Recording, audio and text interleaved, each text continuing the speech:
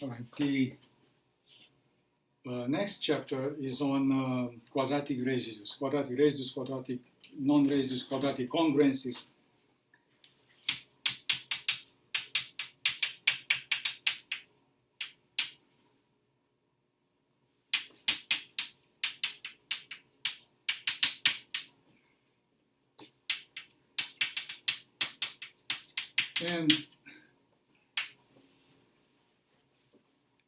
And the main problem, maybe I like this only a bit.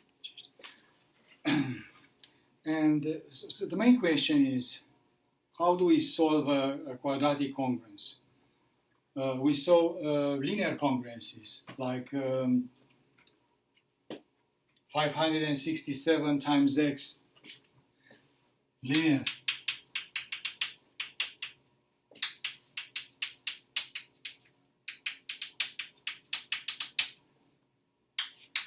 (67 times x is congruent to 1 mod 1000. See, it's a linear congruence. Or if I move this at the side, 567x minus 1, it's congruent to 0 mod 1000. In the previous video, I think we solved it and we found this x is the inverse of, or an inverse of 567.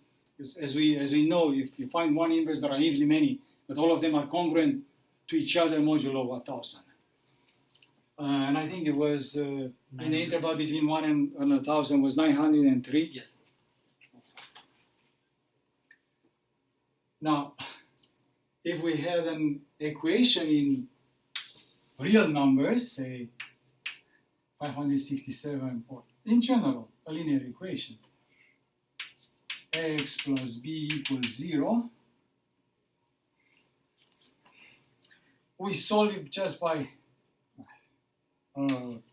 ax equals minus b, x is minus b divided by a.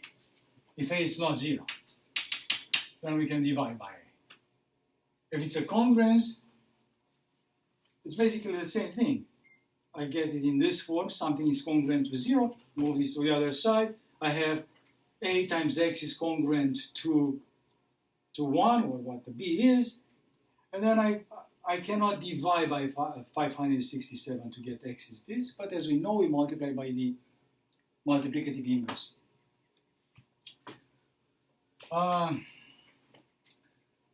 Now, suppose I have a, so this is just to remind you that some material that was covered before can be interpreted in solving a linear congruence. Now, suppose we try to solve a quadratic congruence. In the case of linear congruences, we had intuition coming from solving equation in real numbers. Now, let's see if we can get some intuition coming from solving a quadratic equation in real numbers. Quadratic equation will look like this. Say ax squared plus bx plus c equals 0. And then we have a quadratic formula giving us the two solutions, say x1 and x2, say x1 comma 2. It's negative b plus minus 1 is with plus, the other with minus, square root b squared minus 4 times a times c divided by 2a.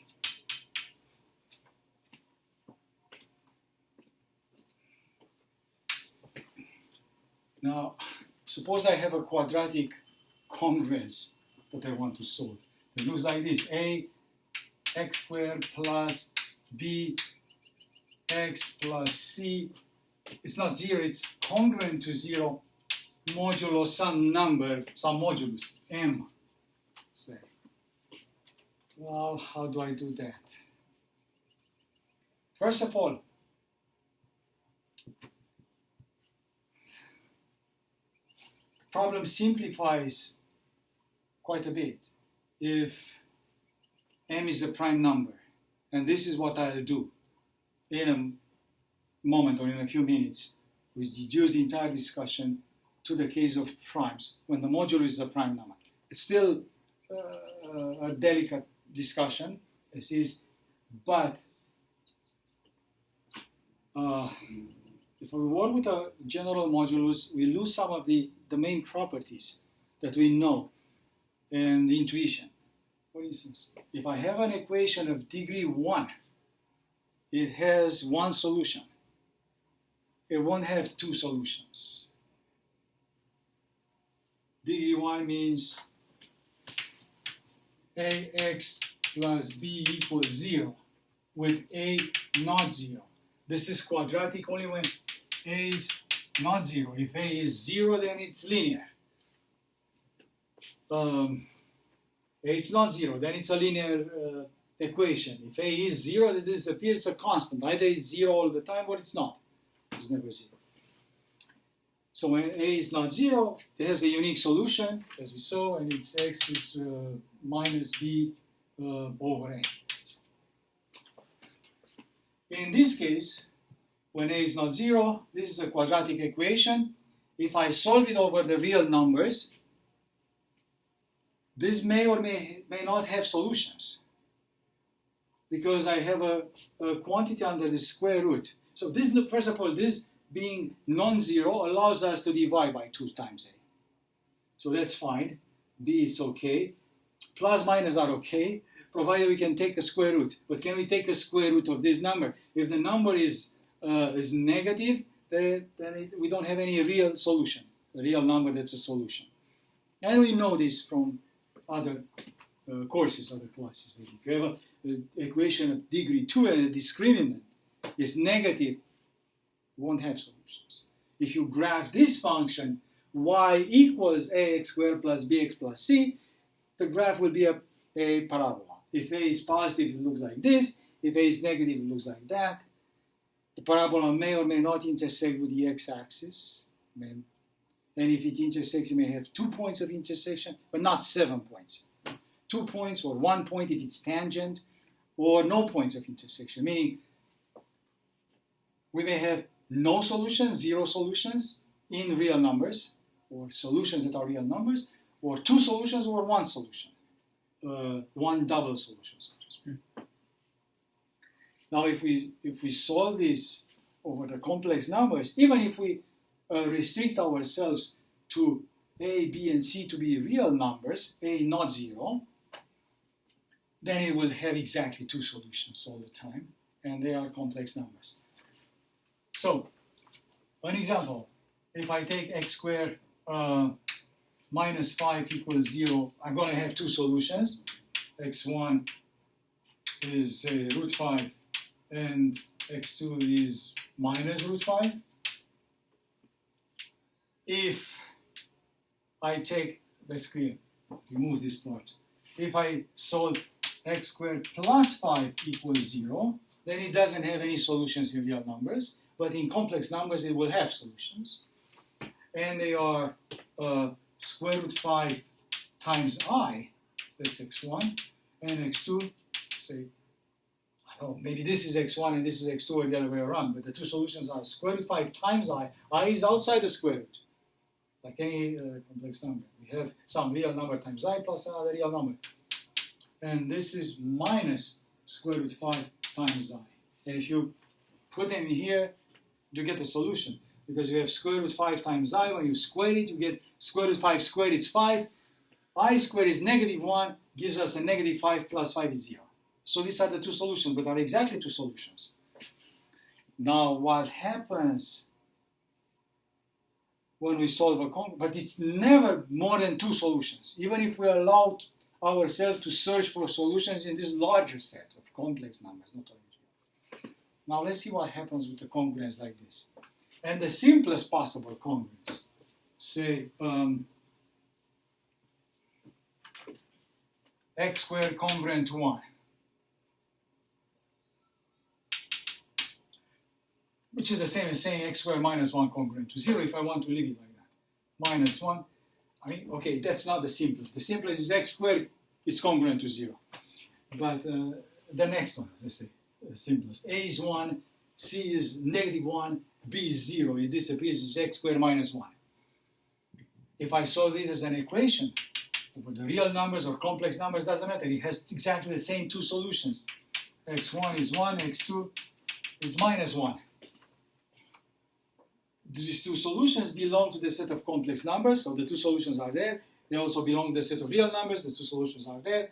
They also belong to the set of integer numbers, so I have solutions in integers as well, if I want. But it's the same two solutions. Now suppose I solve a congruence. Congruence 0. So this is not 0, it's congruent to 0 modulo a number that is not a prime. Say 3 times 5, a simple, small number. And see what happens. I don't know how to solve it at the moment, but I know one thing. I'm going to check all the numbers. I take any n.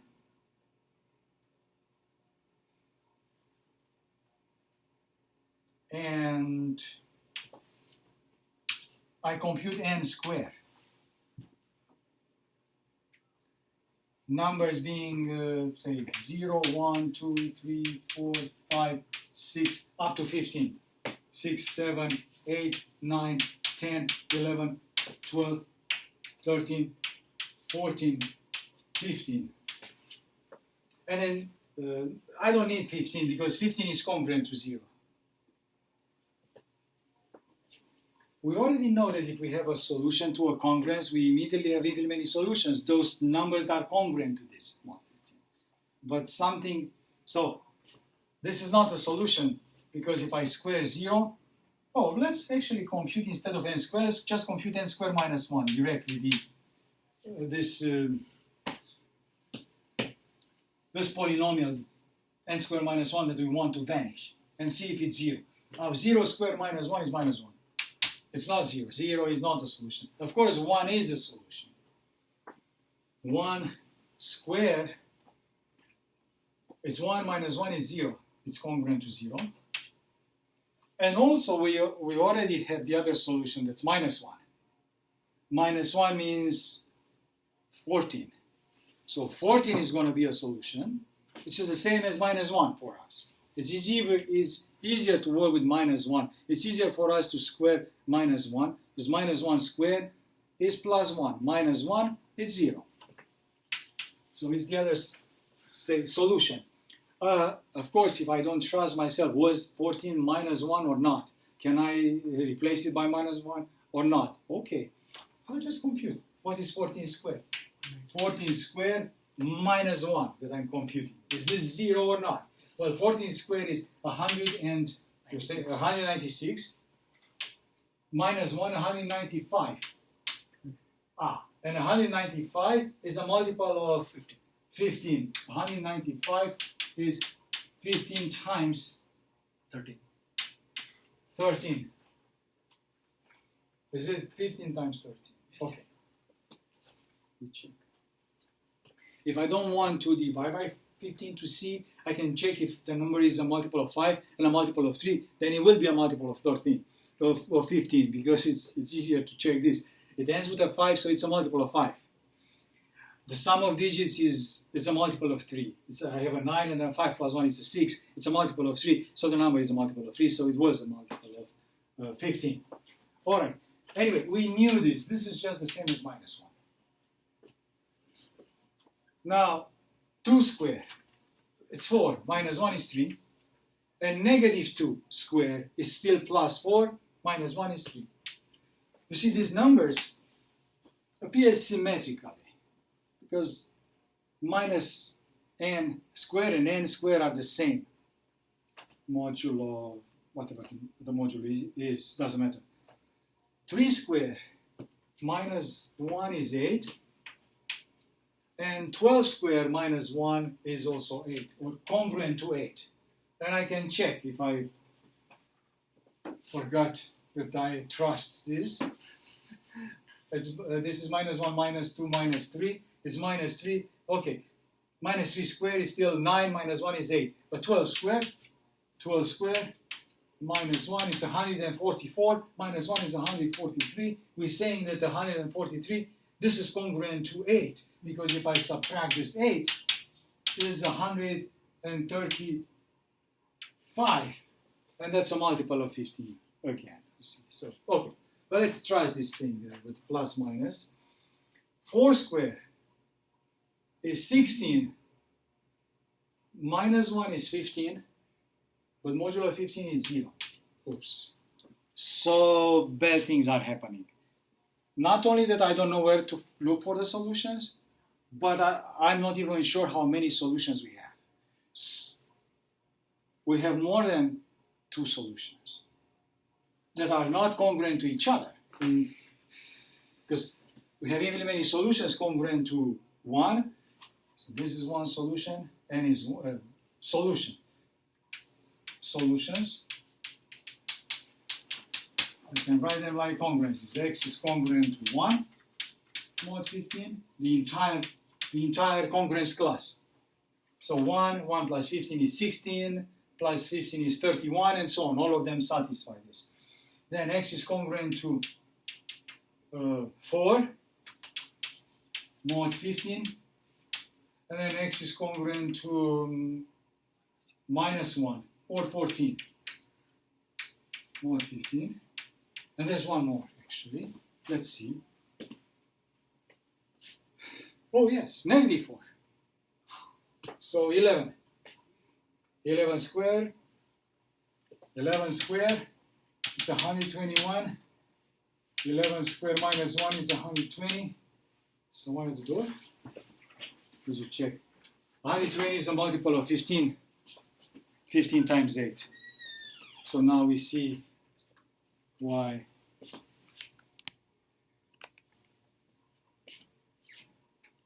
All right, I don't know. You talk to them if you want. We're busy right now. Okay. So we have, this is a solution. So I circle them. And it's congruent, okay, 1, 4, 14, and x is congruent to 11. 1, 14. And if we check the others, we'll see there are no other solutions. I try to understand from a conceptual way, say conceptual point of view, why does this happen? Well, and the reason is the following. We know Chinese remainder theorem. Now,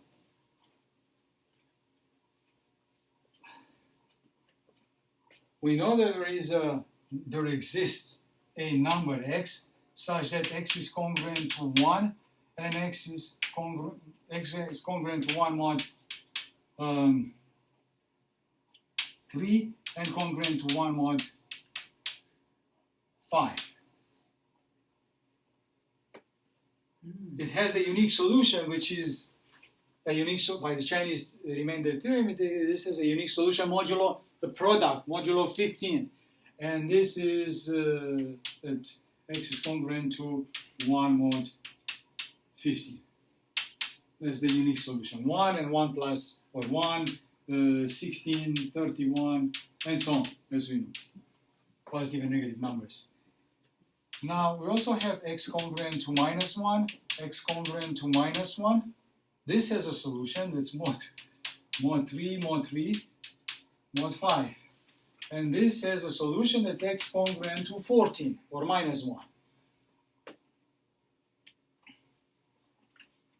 Minus 1, actually, the number minus 1, it satisfies this, because it's congruent to itself modulo anything we want. So we can write it as minus 1 if we want. So the solutions are minus 1, plus 15 is 14, plus 15 is 29, and so on. But in both cases, if I square this number x and I compute, what I want to compute is x squared minus 1, see if it's congruent to 0 mod 15, I see that, yes, x is congruent to 1 mod 3. Forget about 5 for the moment. X is congruent to 1 mod 3, x squared is still congruent to 1 when you square the congruence. Subtract 1 is going to be congruent to 0. So x squared minus 1 is a multiple of 3. X being congruent to 1 mod 5, x squared minus 1 is a multiple of 5. So the same number, x squared minus 1, is a multiple of 3, is a multiple of 5, so it's a multiple of both numbers. In the prime factorization, say, fundamental theorem of arithmetic, if you want, the prime factorization of that number, again, screen went black. Okay, prime factorization of that number, we have 3 and we have 5 as well. So the number is congruent to 0 mod 15. In this case, when I look at these congruences, I square this. I square the first one. X squared is congruent to 1 mod 3. X squared is congruent to 1 mod 5. So x squared minus 1 is divisible by 3 and by 5. But what happens now is that we can use again Chinese remainder theorem and make a small change. Take x to be congruent to 1, right? And x congruent to minus 1 at the same time. There's a number somewhere that's congruent to 1 mod 3, but congruent to minus 1 mod 5. Congruent to 1 mod 3, congruent to minus 1 mod 5. And if I look at this number, it should be one of the 4 in our list. So this gives me a 14, this gives me a 1. Let's see what this, what was it? It was 4 and 8? 4 and 11. 4 and 11, because it's minus 4. It's 11. If one of them is going to be a 4 and 11. Actually, let's see. Either 4 or 11 will satisfy this. Let's see. 4 is congruent to 1 mod 3, and 4 is congruent to minus 1 mod 5. So this has solutions. X is 4, or x congruent to 4 mod 15. And then the same for the other one. If you put x is congruent to minus 1, x congruent to 1, say mod 3, we'll get minus 4 or 11. The solution, the check solution is x congruent to 11 mod 15. Now that we see this, it's easy to imagine what happens if I take a number that's a product of 3 primes.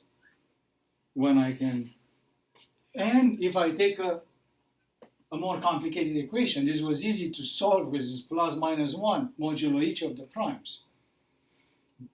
But the congruence modulo each of these numbers might look like this.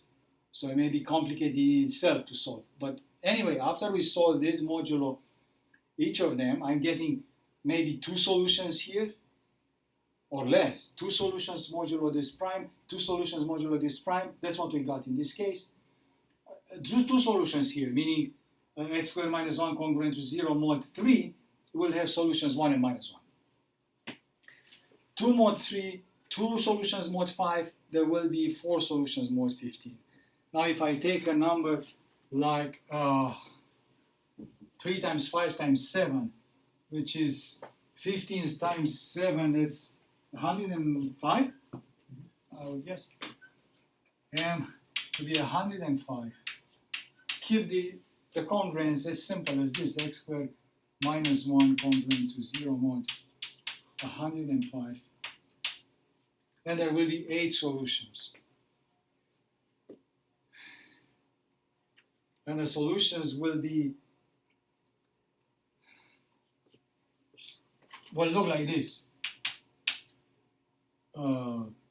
Congruent to, say, 1 mod 3, congruent to minus 1 mod 5, x, the same x congruent to minus 1 mod 7. There is, by Chinese remainder theorem, a number in the interval from 0 to 105 that satisfies this, and only one number. Okay. Satisfying this, but I can choose, and then if I have that number, when I square it, I square the congruence, I get x squared is congruent to 1 in all cases. So x squared minus 1 is congruent to 0 in all cases, so it's divisible by all 3, so it's divisible by 105. Why exactly 8? Because we can choose the signs, plus and minus. Plus minus 1 here, plus minus 1 here, plus minus 1 here, we have exactly 8 choices. And if I have a number that's 4 primes, it's going to be 16 choices, so a lot more. But at least we know how in principle we can get the general solutions if we have the solutions modulo prime. So for the rest of this semester, including anything related to any examples. The quadratic congruences will be modulo prime numbers, and the quadratic residues or quadratic non-residues will be modulo prime numbers. Even so, situation is not very clear. How many solutions we have? Modulo prime. Well, if it's x squared minus 1, well, of course, but suppose it was x squared plus 1. Just as an example. X squared plus 1. Congruent to 0. Mod 7. As an example.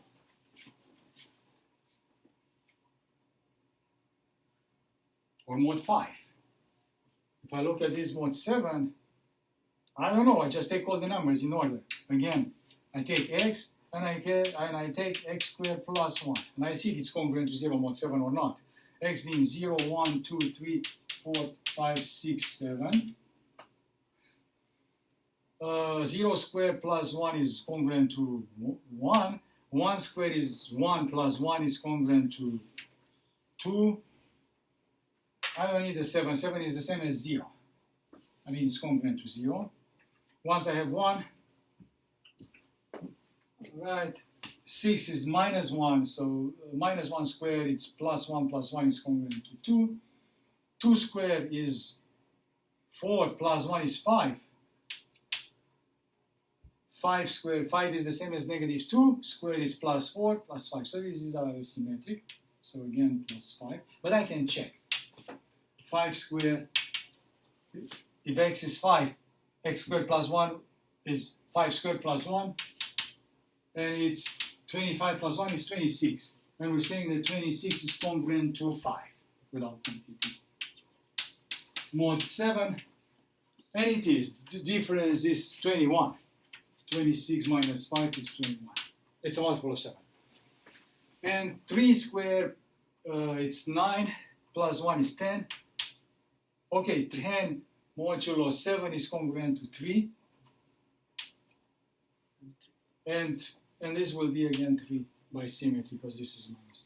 Or just by squaring is 16. 16 plus 1 is 17. And 17 minus 14 is 3. 14. Yeah, none of them is 0, mod 7. So there are no solutions. So we have a quadratic congruence modulo prime that doesn't have any solutions. So most of the discussion in this chapter is about, so this was an introductory talk. It's about the following question. Do we have solutions or not? Now, second question would be, but not what we're going to test ourselves on exams. We just ask exactly the same type of question. Is this congruence solvable? Which means, does the congruence have any solutions? Modulo prime p. Now, even if the prime is large, even if the numbers are like this, there are ways, and very nice, and we'll talk about that in the next lectures. So means later today, if you're not too tired. All right. Talk about those techniques. But for the moment, I want to blindly or naively, if you want, follow this kind of formula to actually compute the solutions. And what we'll see is that, yes, this works. This is actually the formula by which we can compute. If we interpret this formula correctly, meaning it's going to be a congruence, so I won't divide by 2a. I'll multiply by the inverse of 2a. What? A square root. What do I mean a square root? I don't have square roots modulo numbers, modulo prime numbers. No. Any number whose square is congruent to whatever is inside. That we can call a square root of that number.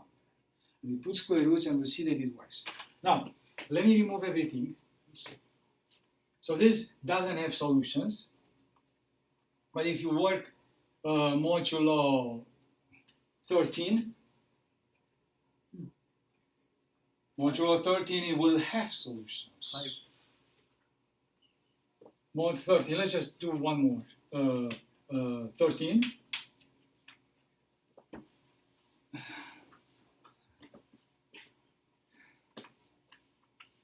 And solutions are, let's see, 6, 7, 8, 9, 10, 11, 12.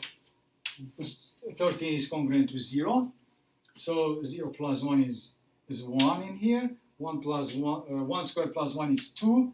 So minus 1 is 12. Minus 1 squared is still plus 1. Plus 1 is 2. These numbers are the same. They are symmetric. Just because I have an expression that's symmetric in x squared. So minus x or plus x. I hope there's no interruption anytime it goes blank. Okay. 2 squared plus 1 is 5. Minus 2. So this stands for minus 1, minus 2, minus 3. Let me write. Minus 4. Minus 5.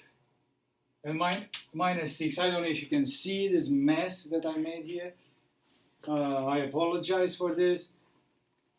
But what this tells me is I only need to compute squares of numbers. And we keep this in mind. When we need to compute squares of numbers modulo whatever the prime number is, it's enough to compute the squares of numbers less than half of the prime. Because by symmetry we can have the other. So 3 squared plus 1. 3 squared is 9 plus 1 is 10. Negative 3 squared is still plus 9 and plus 1 is plus 10. Negative 3 is actually 10. What? 10 squared plus 1 is congruent to itself? To 10? Yes. I need to check this because it's interesting. 101. 10 squared plus 1 is congruent to 10 mod 13. 13. If I subtract this, it's 101 minus 1 minus 10 is 91. Okay, 91 is a multiple of 13. Okay, 7 times 19. Good. 4 squared is 16. Plus 1 is 17. But modulo 13, we subtract the 13 from 17. I get a 4. 4, good. This will be a 4. 5 squared is 20. 0. I thought I know something, and I don't.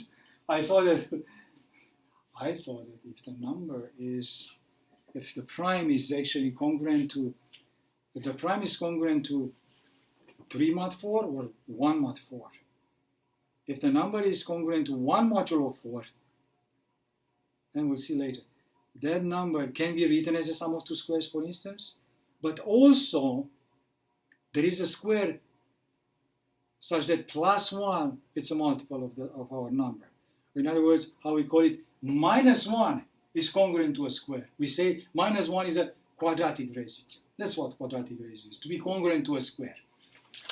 Right, and I knew this, this theorem telling us that, okay, this congruence has solutions if the prime is congruent to 1 mod 4, but if it's congruent to minus 1 or congruent to 3 mod 4, no solutions. So that's why I was very confident. I take 7, there will be no solutions. And when I take 13, there will be solutions, but I'm running out of numbers here.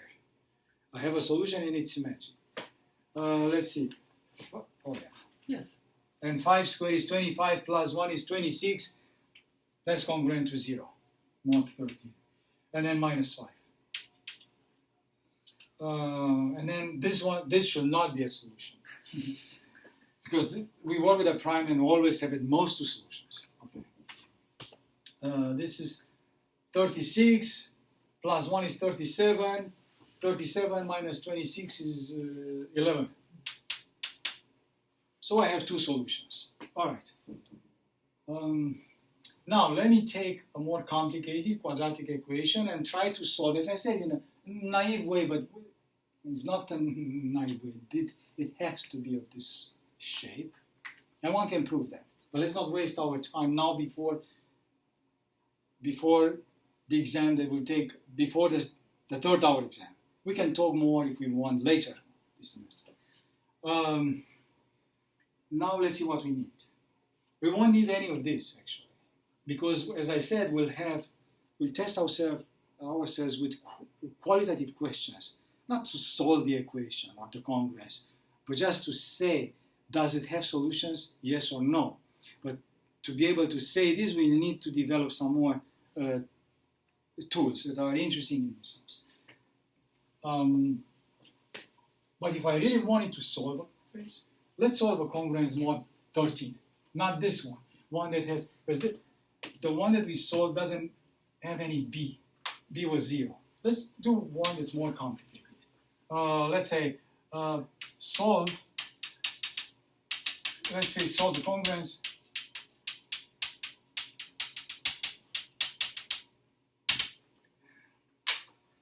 let's say 3x squared doesn't have to be just x squared. 3x squared plus,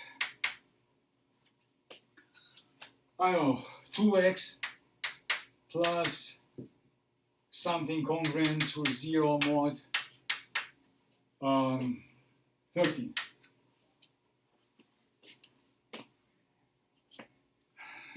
I want to show that this formula works, and it gives us the two solutions. There will be two solutions, and the formula will give us the two solutions. Now, so I will not compute anymore. I will not compute the squares. I will not check all the numbers from 1 to 13. Now we start to do it in a different way.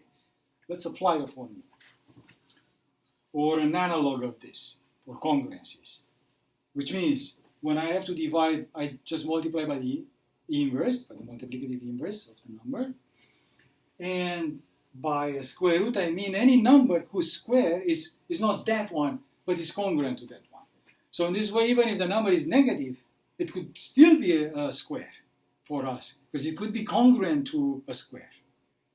And even if the number is positive, it doesn't have, the number it's positive, which in real numbers it will have a square root. The number is positive for us, it doesn't mean that it's a square that is congruent to a square. We will see there are numbers that are not congruent to squares. Suppose we secretly choose a solution, let's say 5. x1 to be 5, or x2 to be 5, one of them to be 5. There will be, just so we don't waste time solving a congruence that doesn't have any solutions. And then I cannot prove to you that this formula works. If it works, it doesn't give anything in that case. In this case, once I have a solution, this formula will work, will recover that one, and will give us the second solution. Okay. And the second solution doesn't have to be symmetric. It's not necessarily negative 5. In fact, it won't be negative 5 if 5 is the solution, because x squared is the same. Plus or minus 5 squared is the same, but you add the 2x, it changes the thing. So we'll see what solving this will give us for the solution, and we check the solution to see that indeed satisfies. Now, let's see what constant do I need to put. I need to choose a c so that 5 is a solution. For 5 to be a solution, I need 3 times 5 squared, that's 3 times 25, plus 2 times 5, plus this number to be congruent to 0, mod 13. 6. This is, okay, 6, okay, extremely fast as usual, but let's go slowly. 3 times 25 is 75. 2 times 5 is 10, plus 10, plus question mark. I want it to be congruent to 0. 75 plus 10 is 85. 85 plus this unknown number, I want to be congruent to 0, mod 13. Plus what? What's a multiple of 13 that's a bit larger than 85? Or a bit smaller than 85, it doesn't matter. Smaller than 85. Is 6 times 13 close to this? What is 6 times 13? 78. Is 78. Okay, so if I make this thing to be 78, it's going to be congruent to 0. To make it 78, I subtract, instead of plus, I take a minus 7. Minus 7. So I take here a minus 7. Okay. And then it will work. It's true that if I solve this congruence, it's the same thing as solving the one with where I replace any of these numbers by any number congruent to themselves, mod 13. Instead of 3, I can put 16. Same solutions. If I take the same two solutions, x1 and x2, Of course, infinitely many. The two that are not congruent to each other, mod 13. Let me rephrase this because I'm not sure about that. I'm not sure that the two solutions are not congruent to each other. In real numbers where you solve, sometimes the two solutions are identical. And they are identical when you take plus and minus 0. So when the discriminant here, when the quantity under the square root is 0, then we have two identical solutions, or how we call this a double root for the equation. This thing can happen, and it does happen in some cases, when we work with a congruence. It could be that the discriminant, even if it's not 0, if it's congruent to 0 mod our number, it acts like if it was a 0. So then the two solutions will be congruent to each other, and so the second one will also be 5. I hope it's not that case, so we can see two different solutions. We just made out this. But in any case, I cannot change the solutions if I replace 3 by any number congruent to 3, like 16. If I replace 2 by any number congruent, like negative 11 or plus 15, they are, all of them are congruent to each other. It gives exactly the same two solutions. And so instead of minus 7, I can add a 13, I can put plus 6. Yes. Which is what you said. Just so we don't follow you, I work with minus 7. You're not upset. So that we have pluses and minuses, it doesn't bother us. Let's see. So first of all, what do I do? I need to interpret this formula. So I know I start. I know where I start. I start maybe here. I write the solution like that. So my two solutions will be x1 and x2, not equal but congruent, mod 13, to the following quantities. Mod 13. It's a numerator that's large, or ugly, or both, and then divided by 2 times a. So in my case, this would be divided by 2 times 3, that's 6, divided by 6. So I have to multiply this expression by the inverse of 6. All right, if I can understand or define such a thing, and we know 6 has an inverse. I just put 6 to the minus 1, so then we remember that's the inverse of 6. Now, what do I do about this? It's negative b. b, what is b? Is 2, so minus 2. Plus, one solution is plus, the other is minus, a square root of this quantity, b squared minus 4ac. Now, what is b squared? B squared is 4 minus 4ac. I don't know, I compute here. 4ac is 4 times a is 3 times c is negative 7. It's times. So this is minus 12 times, or okay, 21. 7 times 3, I have a minus, it's just a single minus. I have it here. 7 times 3 is 21, times 4, 84. Good, but I have 4, this being b squared, and it's minus 4ac. But 4ac is has this minus, so it's going to be plus 84. Plus 84. And, okay. I'm going to erase this from now on because it doesn't make any sense. Don't tell anyone that I wrote such a thing. You say it doesn't make any sense. Square roots and stuff like that. What do you mean by square roots? No, I'm saying the analog of this does hold. And one can prove it does hold, but let's not waste our time. Let's interpret this. It's congruent mod,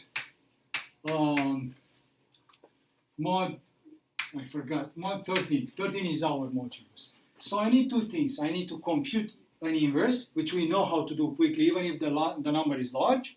And I need to take a square root, or what we mean by a square root, if the square root exists. So here, instead of this, it's going to be a square root of 88. So for us, it will be any number, by square root is any number, I mean, say whose square is not equal to 88, it's congruent to 88.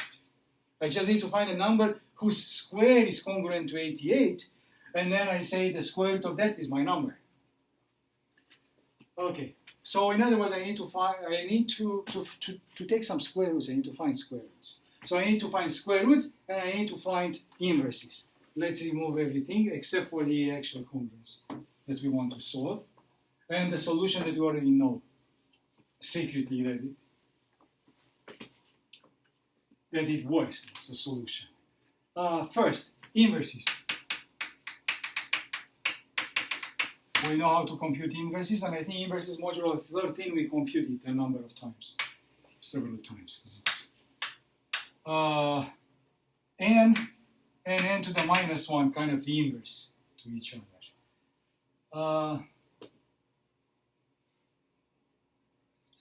1, 2, 3, 4, 5, 6, 7, 8, 9, 10, 11, 12. Each one has an inverse.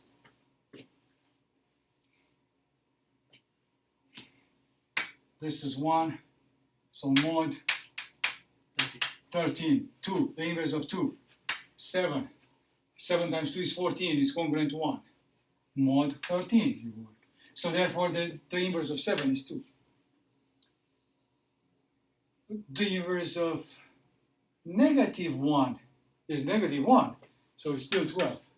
So the inverse of negative 2 is negative 7, I claim.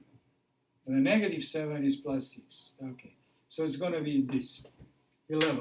But I can check. 6 times 11 is 66. It's congruent to 1. Because 65 is a multiple of 13. I just put them in pairs. 3, the inverse of 3 is, let's see, need help. 26, 27, 3 times 9, or 9 times 3. 27 is congruent to 1. The inverse of 4. 4 times, 39, 40. 10. 4 times 10 is 40. It's congruent to 1. 39 being a multiple. And therefore, the inverse of 10 is 4. The inverse of 5, 8 is 8. Oh, wow. You cheated. The only one remaining was 8. No, because 5 times 8 is 40. Okay, 5 times 8 is 40. It's congruent to 1. Okay, and then, all right. Good. So, anyway, we don't need, for this particular problem, we don't need to find all the inverses. We only need the inverse of 6. So the inverse of 6 is this 11. When I'm going to divide by 6, instead I'm going to multiply by 11, my solution. That's one thing. But if I make a table, I keep this in mind.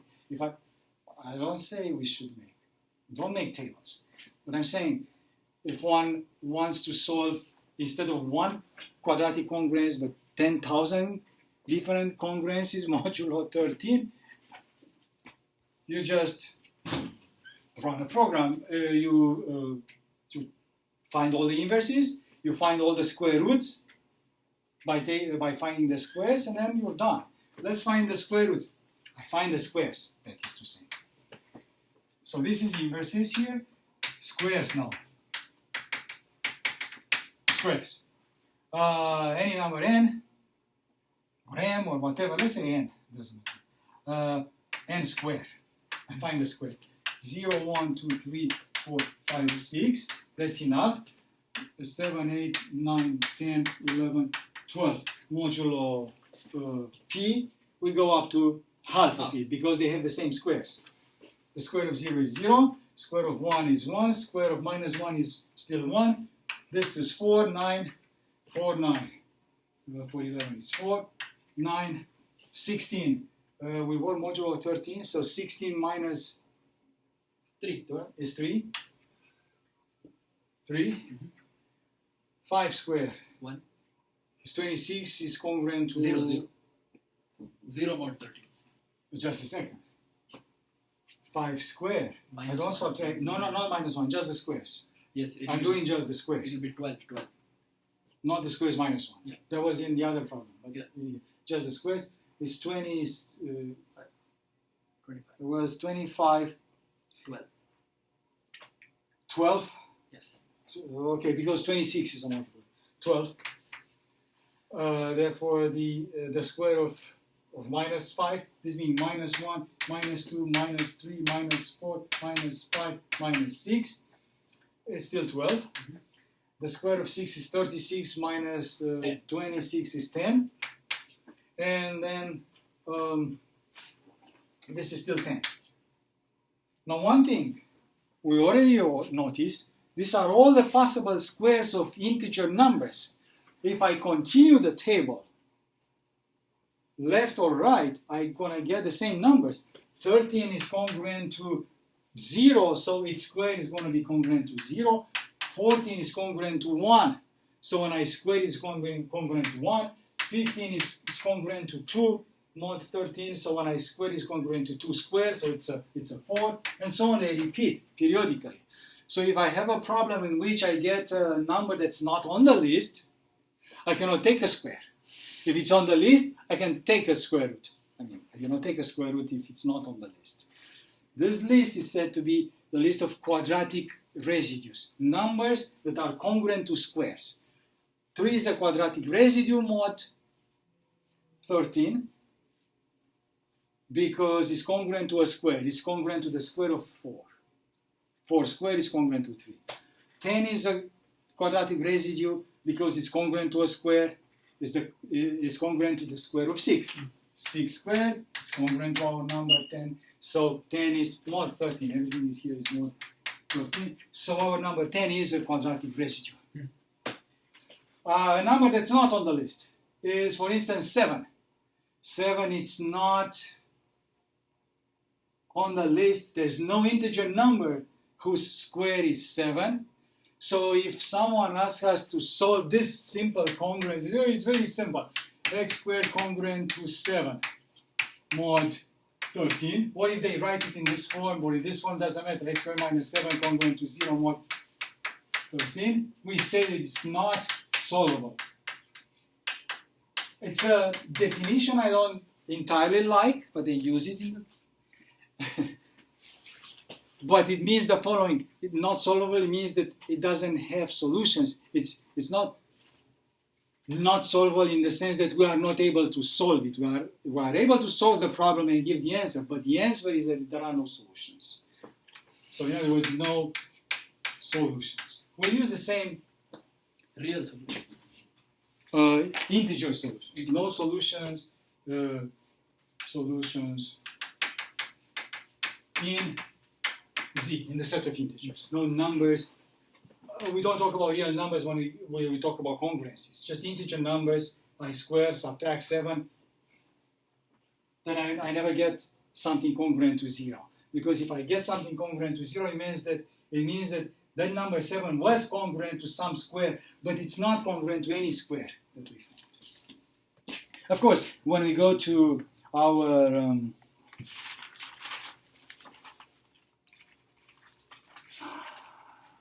exam 3, which we might change before the time if we see some numbers here and there, but it is the same basic question. Is the congruence x squared congruent to 11 mod something? I cannot tell you what mod it is. Solvable. It means, does it have solutions, yes or no?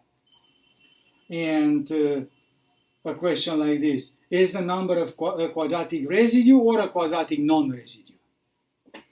This simply means 7 is a quadratic non-residue. It doesn't appear on the list. 10 is a quadratic residue. It's congruent to a square. That's the simple definition of quadratic residues and non-residues. Now let's complete this thing. Let's solve that problem. All right. Let me see where I was. Right here. Okay. 88. Now, if I remember correctly, the inverse of 6 is 11. So instead of dividing by 6, I multiply by 11. I'm going to replace this already at this moment by 11. Multiply by 11. And then I don't need the inverses anymore. So let me remove this part so I have enough space to write.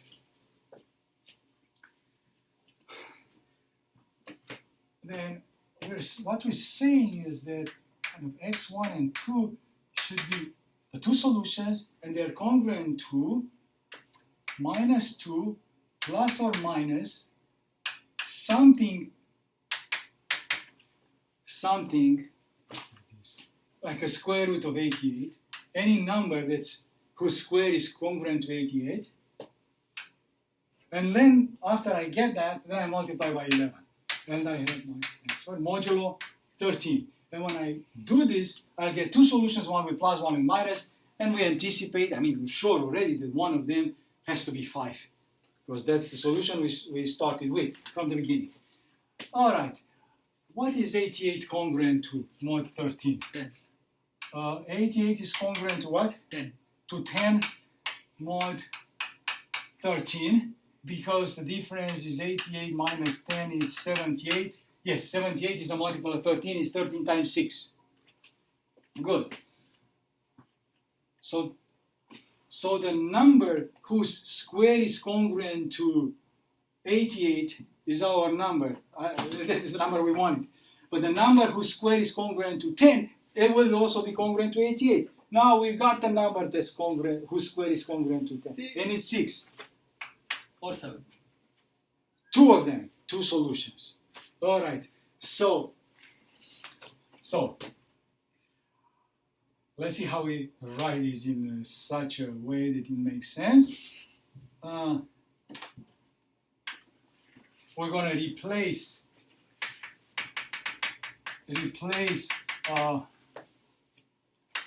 this thing that doesn't make any sense. Don't tell anyone that I just wrote something like that, modulo congruence. It doesn't make any sense. Just put it like this. By something that does make sense, and it's 6 or 7. 6 or 7, both of them. Because, we can put both, because 6 squared is indeed congruent to 88, so it acts like a square root, mod 13, and 7 squared is congruent to 88, mod 13, because we check these congruences. Both of them, both these squares are congruent to 10, and 10 is congruent to 88. So these are my square roots, 6 and 7. So I can, no, that's the one thing I don't want to remove. Okay, I can remove this part. Yeah. I can remove this part. I remove the fact that x equals 5 was a solution, but we remember that for the next couple of minutes. So now our x1 and x2, and I 1 comma 2, meaning x1 is the one with plus or the minus, how you want, and the other one with plus. It's -2 plus or minus. Oops. Plus or minus, so I have two choices. But for the square root itself, I got two values. So I have two values, each one appears twice. I get 4 different choices. Plus or minus 6, it's okay. Or also plus or minus 7, it's okay. But what happens is, it's getting darker. Okay, so plus or minus 6 is the same as plus or minus 7. Because 6 is congruent to minus 7, and 7 is congruent to minus 6. Both of them are mod 13. Mod 13. All right. So it's enough to put plus or minus 6, or I can put plus 6, and respectively plus 7, because 7 is minus 6. So let's just do both of them separately. x1, just with pluses. x1 is -2 plus, this was 6. The other one is x2, it's -2 plus 7. Both of them are to be multiplied by 11. By 11, and they're not equal, they're just congruent. These are our solutions. Mod 13 all the time. Mod 13. I just need to compute this thing, and we're done. Let's see. 44. X1 is congruent to minus 2 plus 6 is 4 times 11. That's congruent to equal to 44. And you're saying that it's congruent to 5? Yes. We needed the 5. Mod 13. We knew one of them had to be 5, but is it 5? Yes. 44 minus 5 is 39 indeed. Okay, that's the one we started with, and now this procedure will give us the second one. X2 is congruent to, and I have minus 2 plus 7, it's 5, times the same 11, that stands for 1 over 6, if you recall. 3. You got this already, let's see. This is, okay, so this is 55, 3, because 55 minus 3 is 52, and it's 4 times 13. I agree, it's a multiple of 13. Mod 13. And I hope that I did not erase the congruence. So we got our solution, our answer, after quite a lot of work.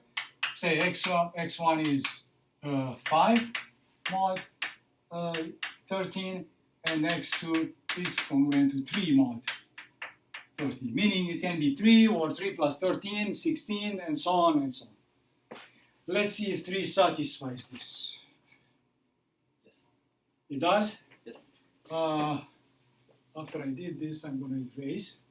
And just to check, if 3 is now a solution, so I have 3 times x squared, 3 squared, okay, plus 2 times 3, and then minus 7. I compute this is an integer number. Let's see if it's a multiple of 13 or not. 3 squared is 9 times 3 is 27. 27 plus 6 minus 7 plus 6 minus 7, so it's 27 minus 1. 6 minus 7 is minus 1. It's 26. It's a multiple of 13. So indeed, it's congruent. So indeed, 3 times 3 squared plus 2 times 3 minus 7 is congruent to 0 mod 13, because as an integer number is 26. So it's congruent to 0. All right. This was, in principle, not necessary, but I really like not only you, but our entire class. So I wanted to explain some things, even if what will have on the exam is much simpler than this. Okay, more computational, but some very interesting stuff is going to happen. What I really wanted to explain is, yes, we can actually solve congruences, but what we need is, two things. The inverse, we know how to compute the inverse in general. We have Euclidean algorithm. The trouble is with this square root. How do I compute a square root? We made a table. It's not easy to compute a square root modulo prime. If I have a large prime number, I don't know how to compute a square root myself. Okay. But there are techniques that we'll learn now that will tell us if the number has a square root or not. And that's the subject of this first talk on quadratic congruences and quadratic residues. Maybe we take a break, a 1 minute break.